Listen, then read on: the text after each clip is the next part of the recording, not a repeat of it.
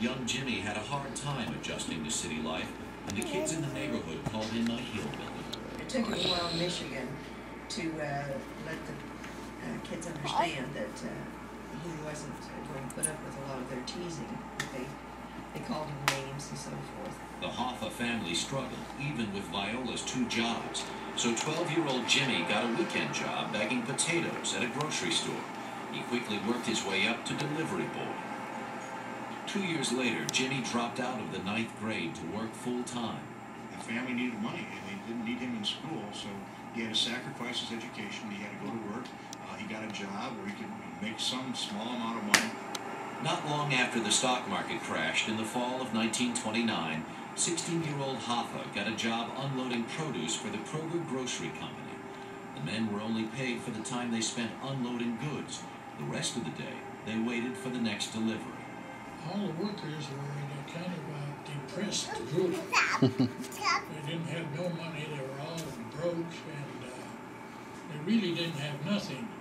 They had no protection on the job and very, very low wages. And so they decided to organize themselves into a local union. With the country falling into the grip of the Great Depression, most of the men were cautious.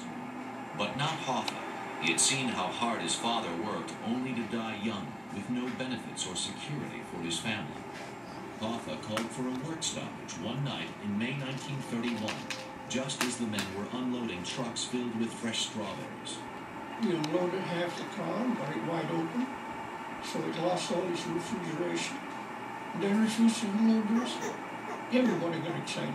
The men inspired by Hoffa decided they would not unload these garbage unless management signed a union contract with them. Kroger management agreed to meet with Hoffa the following morning, as long as the workers resumed their duties. After several days of negotiating, Jimmy and his aides won a contract for the workers, their first ever. Hoffa was thrilled. He had found his calling. Even at that early age, he obviously was a very charismatic person. He was 17, 18 years old. He's out there saying, this is what we're going to do. We're going to have this strike. Union leaders were impressed with the young man. So 1 year later, 19-year-old Hoffa landed a job as a full-time organizer for Teamsters Joint Council 43 in Detroit.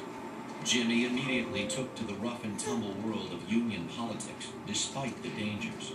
Companies often hired mobsters to intimidate workers and disrupt picket lines with brute force. Hoffa found a solution. He forged his own relationship with the underworld.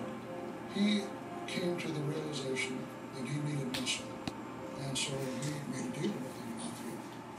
And so, actually